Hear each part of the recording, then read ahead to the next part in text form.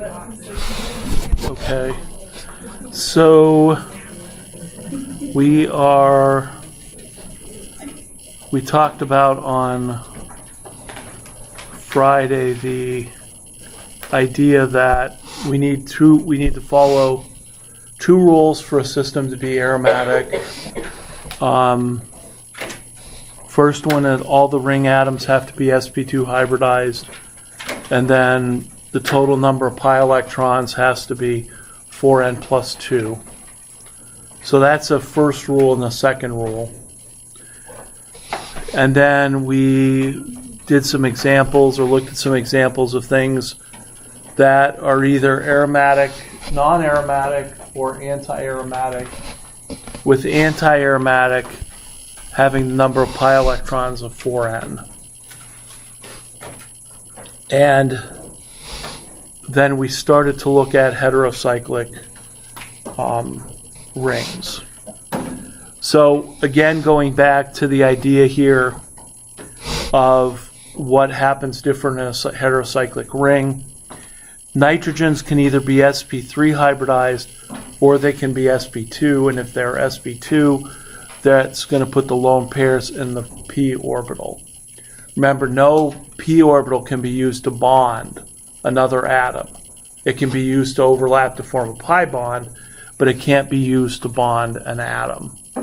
So when you have an NH, for instance, the NH has to go into the hybrid orbital, and then the p orbital will get the unpaired electrons.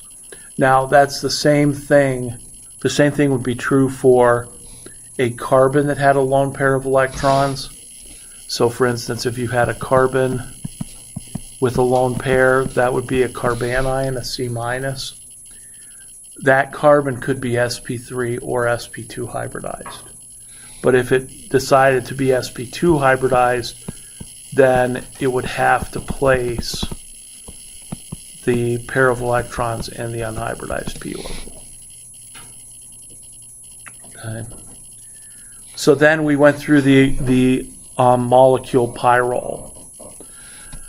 So for pyrrole, then you've got a lone pair of electrons on the nitrogen, and you have two double bonds. So that nitrogen then has a choice. Could it be sp3 or could it be sp2? sp3 doesn't get it anything. It's just non-aromatic. But if it became sp2, then it would put its lone pairs into the p orbital. All of the p orbitals in the ring would then be parallel to each other, which is the same as saying all the ring atoms are sp2 hybridized. And then counting up the total number of pi electrons, we'd have 2 from each double bond, and now throwing 2 in the lone pair would give us 6. So that means that pyrrole would become aromatic. Okay. So pyrrole is an aromatic compound. That means its double bonds do not react the same as other double bonds. These double bonds are going to react more like a double bonds in benzene ring, which we're going to get to after break. Okay. Same thing would be true for furan. Furan could put one lone pair into the p orbital and then one lone pair outside, and so furan would be aromatic, as would thiophene, with the sulfur having its 2 lone pairs as well. Pyridine, with the nitrogen already being involved in a double bond and a single bond, and then this lone pair is in the sp2 hybridized orbital, but that nitrogen is already sp2 hybridized, so it would fit with 2, 4, and 6 pi electrons. So pyridine, all these are heterocyclic aromatic compounds. Okay. So that's kind of where we were at on Friday. Anybody have any questions?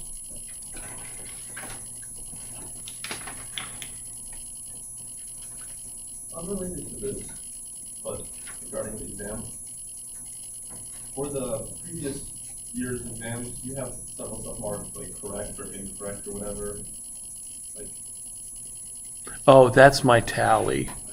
That's the sheet that's what I use to tally the results. And then if I don't photocopy the answer key before I do that, then I'd have to like digitally remove the correct and incorrect. So when I'm overly ambitious in an assessment mode, when I grade the exams, I tally which parts were correct and which parts were incorrect, so that I basically have a general idea as to what questions people miss the most, so that then I could bring them back either as a quiz or talk about them. So that's how I do it. And so if you see that, that's what that means. So you can go through and see the questions that people miss the most. And after this exam, they're probably the same. Because, well, I'll give you one example of things that people don't do. And maybe I've already given you this example. But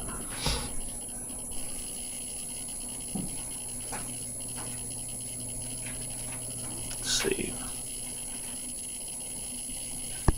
I'll give you two examples.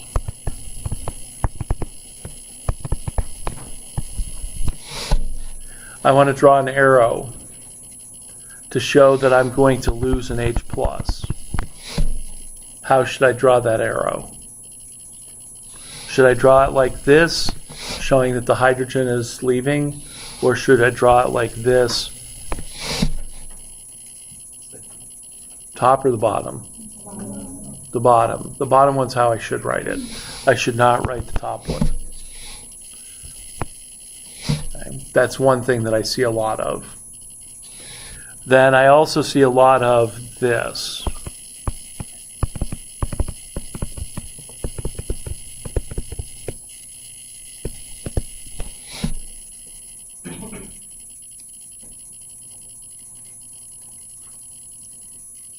Right, somebody's probably sitting there going, what's wrong with that? That's the way I do it.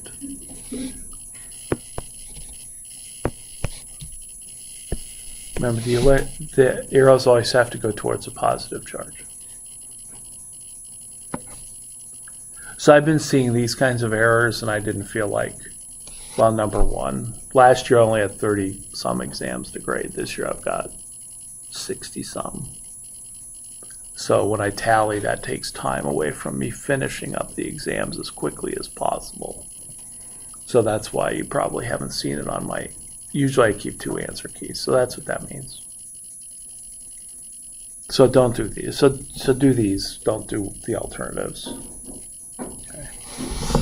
I think I've said that earlier in terms of things that I see people. If I kept drilling people over and over and over again on the stuff that they missed, eventually 75% would get it right. There's like 25% that won't get it, or don't. So, but I don't have that kind of time to keep drilling on the same things because we have to go over new stuff. So here's a picture of the nitrogen showing its lone pairs, how it puts the lone pairs there. That creates sp2 hybridization, 246 pi electrons. That'll put the nitrogen into becoming part of the aromatic ring. So how do you know if the lone pairs are going to be involved in the pi system or not? Like for the first one, why wouldn't you count the lone pair coming in? Because the nitrogen has a double bond here. So the nitrogen itself already has the pyridine. If I wrote the pyridine like this, sort of flat, it already has its pi bond would be like this one. That's the pi bond it's forming. So its lone pairs have to be in the hybrid orbital that's outside. For the pyridine, though,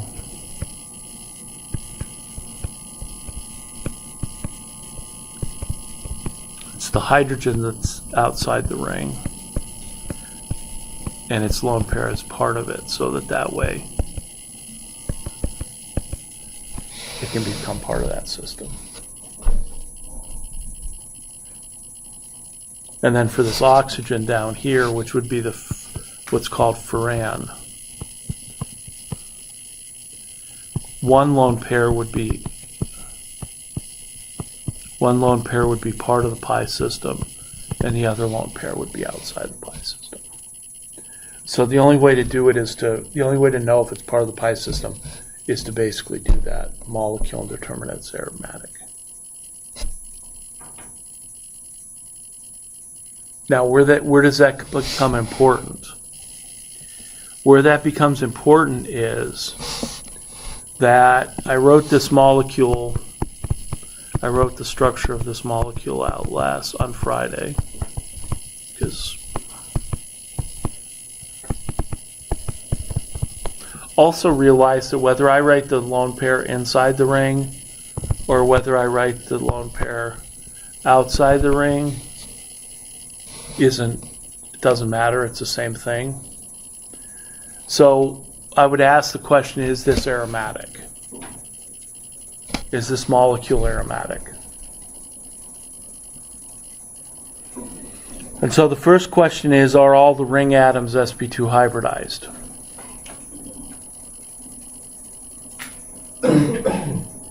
And your answer would be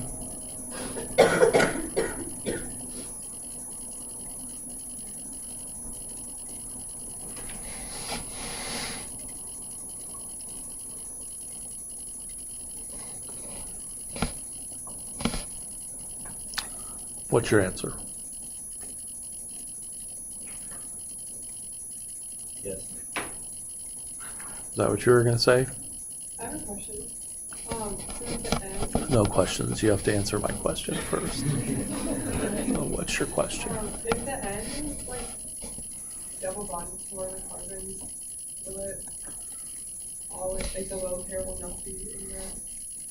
If the nitrogen's already involved in a double bond, it's automatically sp2 hybridized. If it's not double bond, like in pyridine, it was already double bonded. So this started out as sp2. There was no choosing. It automatically is sp2. For this one, since there is no double bond, it would have a choice. So it can either do sp3 or sp2.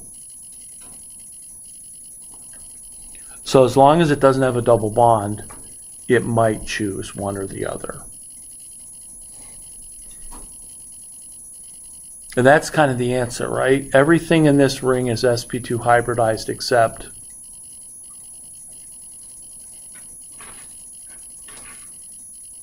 the nitrogen, because the nitrogen has a choice. So everything to this point is sp2 hybridized except nitrogen. I'm going to have to force nitrogen to be sp2 hybridized. So let's say I do that. So when I do that, what's going to happen? Let's write it down here.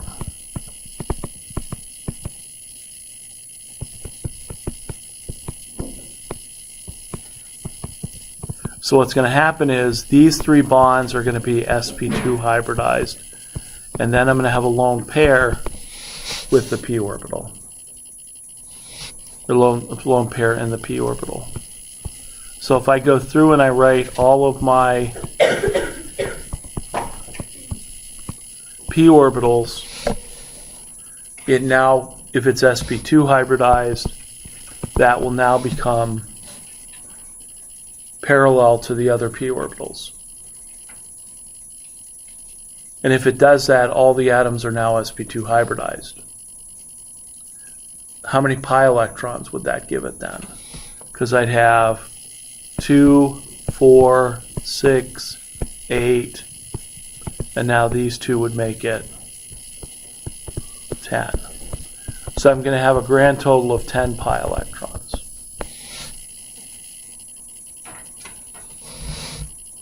Aromatic or not? Is 10 an allowed number? Yes, because 4 times 2 plus 2 equals 10. So this system now would be aromatic.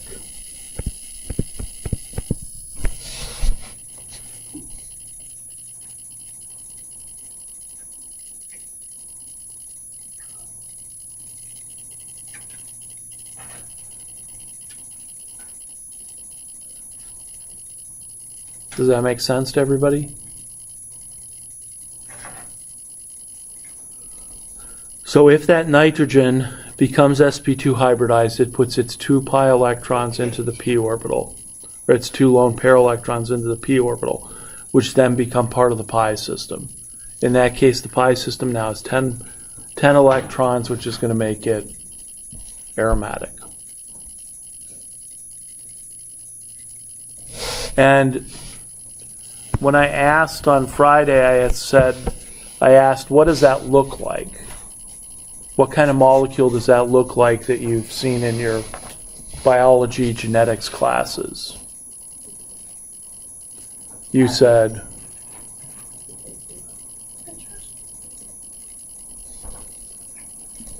It's all the same thing. actually, though, you said nitrogenous bases. No, that's the term you use, nitrogen. Because somebody used that term this morning. Actually, a couple people did. So I hadn't heard that term before. So it's good because it now leads into, I think, a difference in terminology that may exist between chemistry and biology. Because you can call that a nitrogenous base, but I would question what the definition of base is. So the next issue that we have to deal with these aromatic systems is that nitrogen basic? And what does it mean to be basic? It means you can accept the proton. How does a nitrogen accept the proton? A nitrogen accepts a proton by using its lone pair, correct arrow, to now form the NH bond and form an ammonium. So you must have a free lone pair in order to be able to accept that H+. So let's go to pyridine. Pyridine is a great base. Why? Because it's got lone pairs outside the aromatic system that can go ahead and be used to accept the proton. And so we'll easily accept the proton and it will become an N+.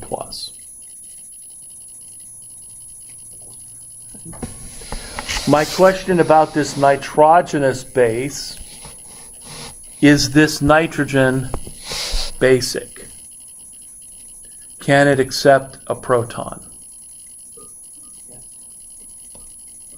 No. So a nitrogen cannot accept a proton if it is tied up in the aromatic system. So if those lone pairs are part of the aromatic system, it cannot accept a proton. And as we just saw, this system is aromatic, so that nitrogen's lone pairs is now part of the pi system. So this nitrogen is not basic. If you add H+ to this system, the nitrogen will not accept it because its lone pairs are tied up in making the system aromatic. And just like benzene, if you add H+ to benzene, you don't ever protonate any of those double bonds because it's an aromatic system.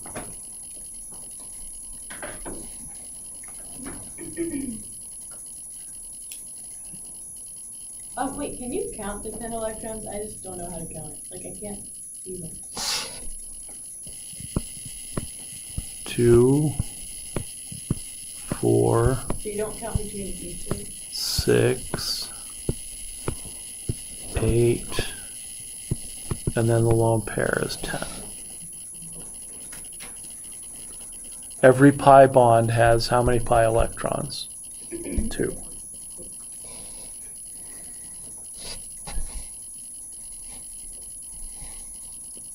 So that nitrogen is not basic.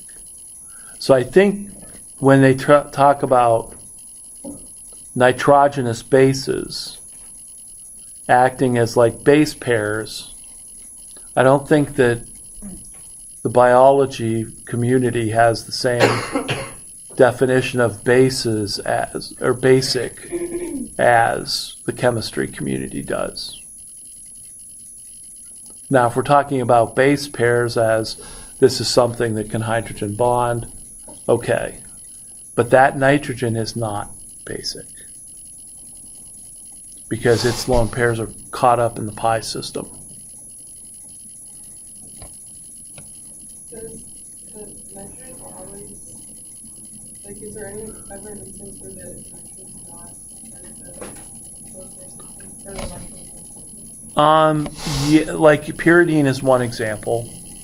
No, like, in not, like, will it, it'll always, Again, it's going to depend on is the molecule aromatic or not. So, for instance, let's see if I can make one up.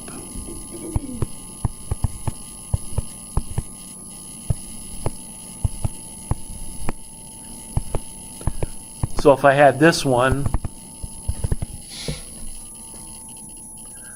are those nitrogens basic?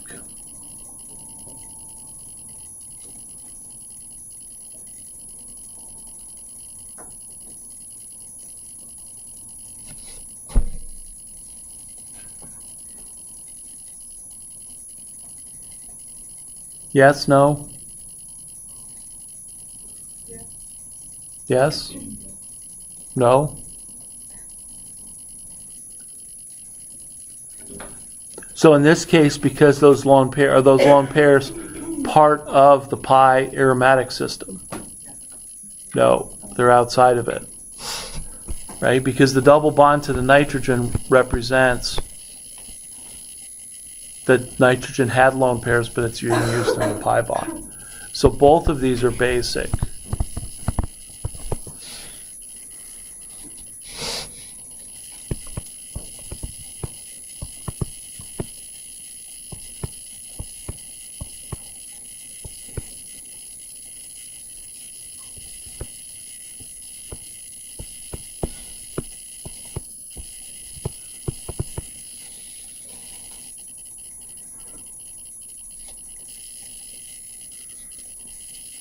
Let's say there's no double bond there.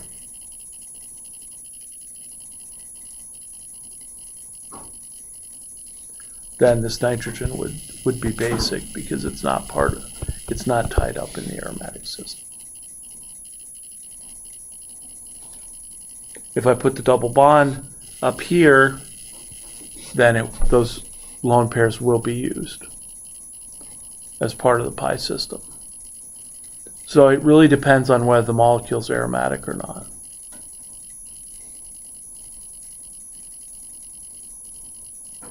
So even if the pi bond isn't directly attached to the nitrogen, then it might still be basic. If the nitrogen is directly attached, if a double bond is directly attached to the nitrogen, then any lone pairs it would have outside of that will be basic automatically. Wait, but if it's not attached?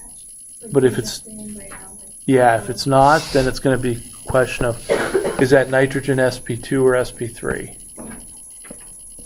In this case, it would just be sp2 because there's no double bond up here to force it to be aromatic.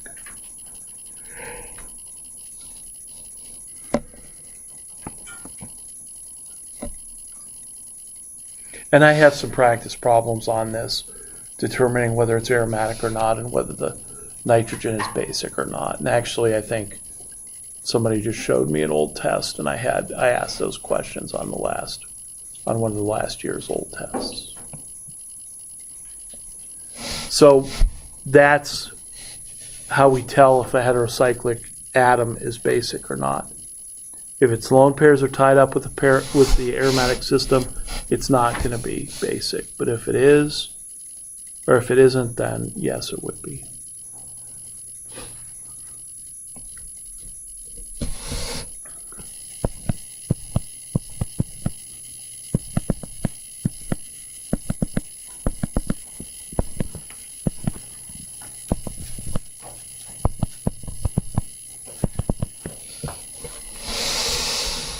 So what about this molecule?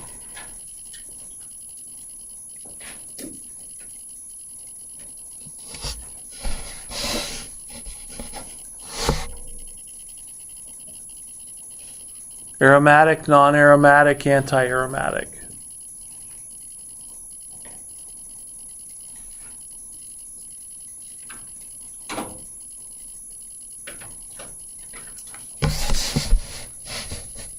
No, I heard you. I'm just waiting for other answers.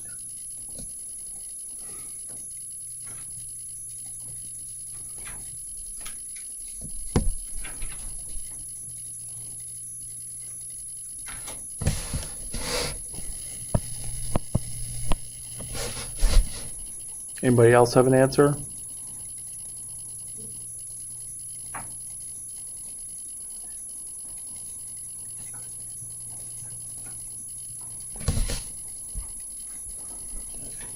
Is foreign the only thing that makes it anti-aromatic? Is what? 4N. Yeah.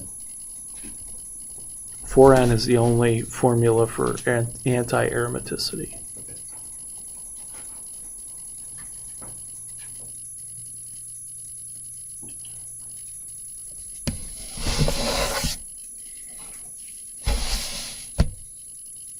So what do we think? Anti-aromatic? That's 2. 2 for anti. 3 for anti. 4. 5. 6. Any others? Other answers?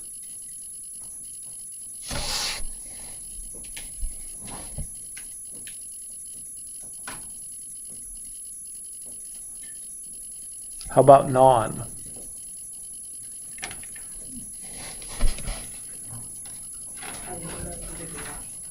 What? I didn't know there was two different options. Your choices are aromatic, non-aromatic, and anti-aromatic. Those are your 3 options.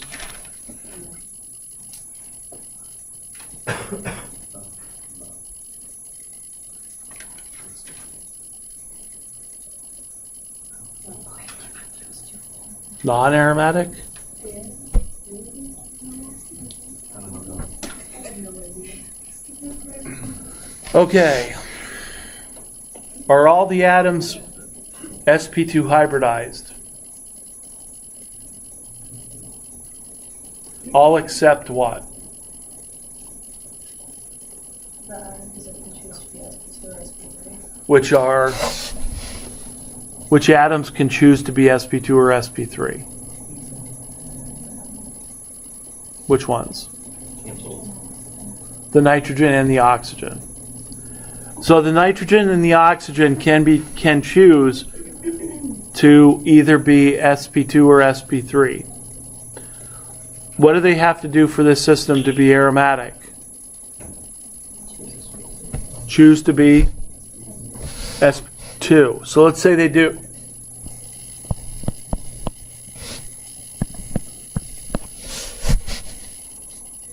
So now I've got both nitrogen and oxygen sp2 hybridized. All my ring atoms are sp2 hybridized. How many pi electrons do I have? 2, 4, 6, and 8. 8 pi electrons makes the system what? Anti-aromatic. But this system had to choose to be aromatic, right? Anti-aromatic.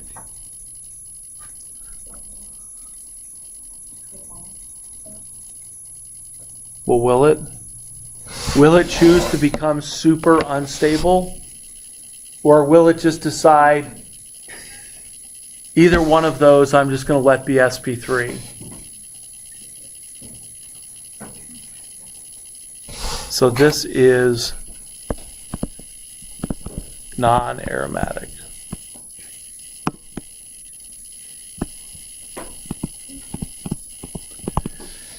Why? Because molecules don't choose to be anti-aromatic. Molecules that are anti-aromatic are example from last time was having like a cyclobutadiene. All those atoms are sp2 hybridized. They didn't have a choice. But the molecule will never make the choice to become anti-aromatic. Worst comes to worst, it just stays as non. Okay, it's not as stable as aromatic, but it's not as unstable as anti. And you can choose to exist or you can choose to not exist. And the molecule is not going to choose to not exist, which is exactly what it's doing if it becomes anti-aromatic. Because if it becomes anti-aromatic, it will not exist.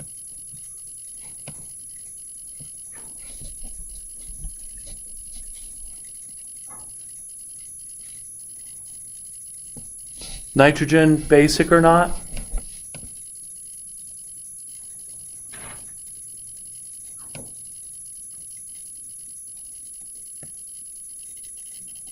Not basic, Not basic?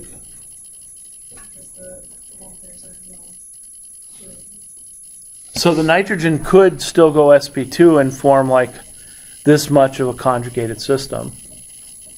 And in that case, if it did that, it would not be basic. But if it chose not to do that, then those pair of electrons would be part of the sp3, so it would be basic. And the same thing's true over here for oxygen. If the oxygen decided to put its lone pair into the p orbital, in other words, to make the bottom half of the molecule conjugated, it could do that, but if not, then it could be basic as well.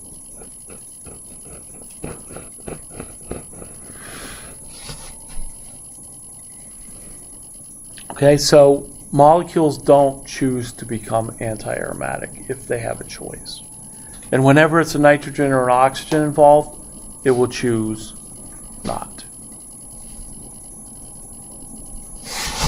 Okay.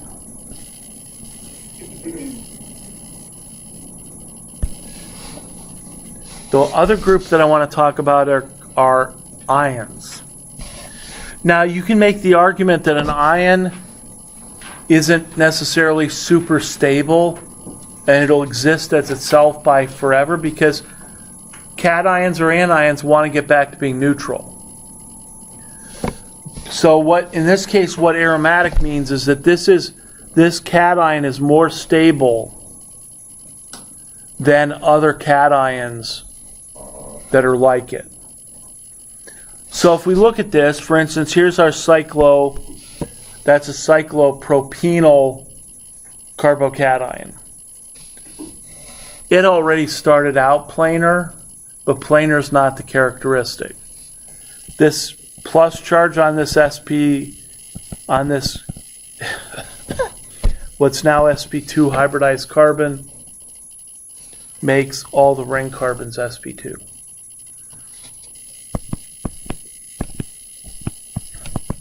Carbocations do not have a choice. All carbocations are sp2 hybridized. They have no choice. A C minus, on the other hand, is like a nitrogen. It could be sp3, it could be sp2. So a C minus has a choice, a carbocation does not.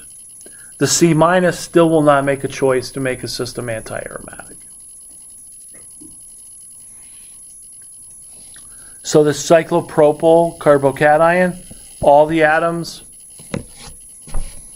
are sp2 hybridized. And how many total pi electrons? 2. Is 2 allowed in the 4n plus 2 rule? Yes.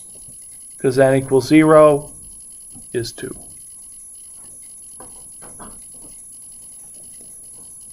So that molecule then is called a cyclopropenyl carbocation. It is aromatic. Here's our friend the tropylium ion. Well, for some of you friends. Because the tropylium ion was in lab. So the tropylium ion was what was formed if you had a benzylic carbocation which became benzylic because an alkyl benzene gets chopped off to make carbocation. It's all in mass spectrometry. So once you have the benzylic carbocation, it can ring expand to form the tropylium carbocation. All the atoms are planar. It's got 2, 4, 6 pi electrons. That's an allowed number. So the tropylium ion is a stable carbocation. And we see that in mass spectrometry. If you have a benzene ring with an alkyl group attached to it, you will always see a peak at 91 in the mass spectrum because that is the tropylium ion or the benzylic carbocation. And how we get from here to there, that mechanism, there's a lot of debate about that mechanism. So I'm not going to make the mistake of trying to draw it out. Last time I did it in class, I didn't get that far. Because then I had to make up steps. So then after class, I went to see what the real mechanism was, and apparently there isn't. Because people are arguing over what should happen.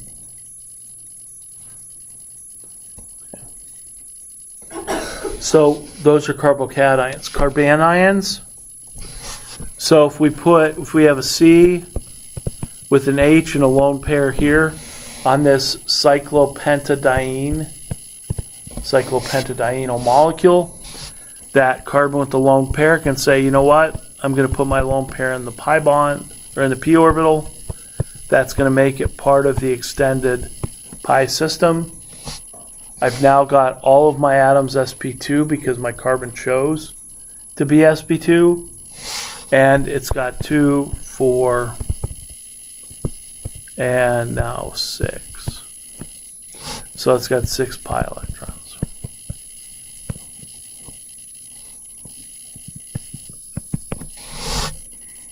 So it's aromatic as an anion. But again, what does this mean? It means it's more stable than a similar carbocation. And so how do you tell? Well, here's how I tell.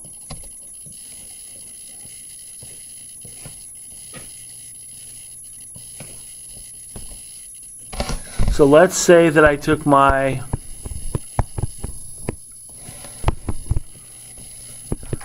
let's take cyclopropenyl chloride. And let's do a reaction with it to form the cyclopropenyl carbocation. And then let's take another secondary allylic carbocation. So we'll take this as a secondary allylic system.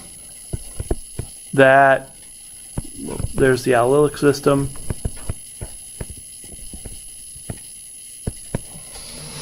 Then I'm going to go ahead and make a secondary allylic system. So here's a secondary allylic system, here's a secondary allylic system. Which one of those two carbocations should be more stable?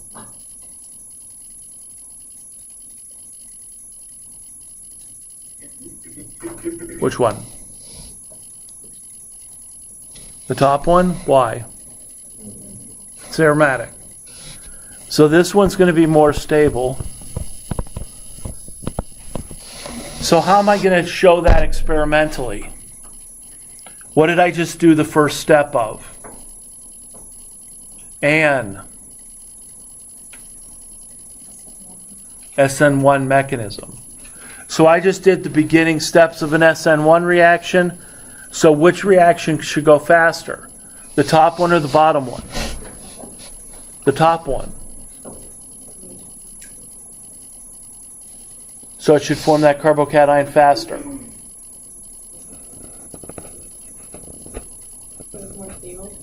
Because it's more stable. So that means this should be a faster reaction.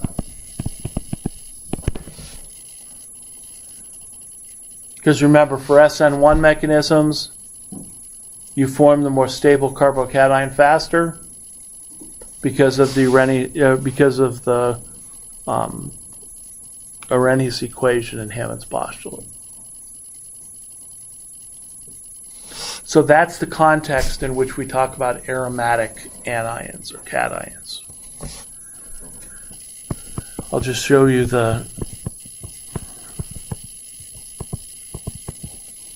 So there is cyclopentadienyl or cyclopentadiene. How easy is it to remove one of these hydrogens? What kind of base should I use?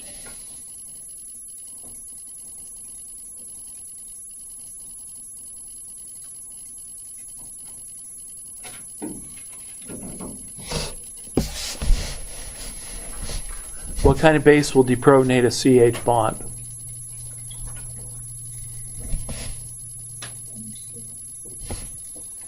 NH2 minus will only do a few things. It'll deprotonate an alkynyl hydrogen. Well, that's what we're talking, C minus. So what will C minus deprotonate? If I put my Grignard in like hexane, will it deprotonate it? No. So normally we don't deprotonate CH bonds, except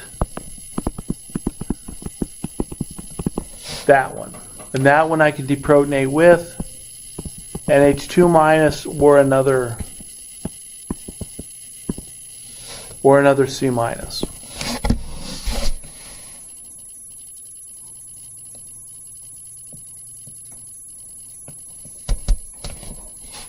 So if that hydrogen could be removed with something as simple as an alkoxide.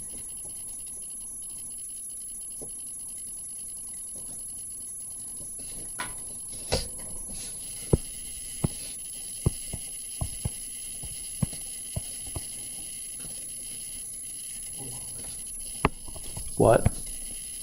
Why?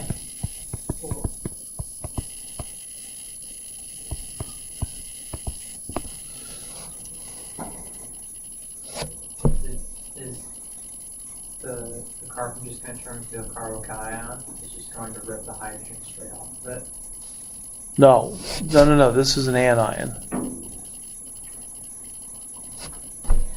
Why can I get away with such a weaker base? Because the acid is much... The stronger the acid, the weaker the base that I can use to deprotonate it. So that means that this must be a pretty strong acid. What's making it strong? Strong acids have what kind of bases? Weak bases. Is that a weak base? Why is it weak? Because it's stable. Because it's more stable. So I just made an aromatic anion. That's going to be pretty stable. So that means I can get away with a pretty weak base, relatively speaking.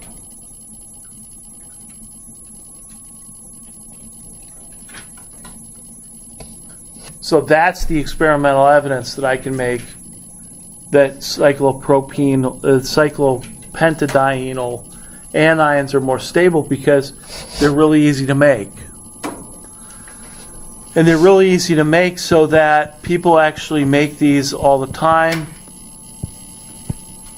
The circle at the minus means that that's a delocalized negative charge. One of the famous molecules they make is they sandwich two of those cyclopentadienes around an iron. And so that becomes ferrocene. And you can use those anions to surround a lot of different transition metal ions. But the only reason you can make this stable is because it's aromatic. And so it doesn't take much base.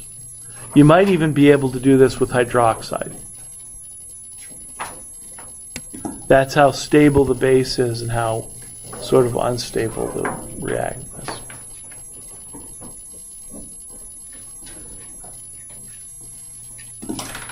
Okay? So, I'll have some more problems determining whether something is aromatic, anti-aromatic, or non-aromatic. So as you're going through, well, on Wednesday, I'll open it up for questions, if you have any. If you're thinking about the exam, like what should I study? Well, go back to where we started. Since the last exam, which by my recollection is oxidizing agents, and then go up to this. If this is in chapter 20, then yes. Okay. All right, I have your graded assignment or your graded stuff, so let me pass that out. If you have any left over from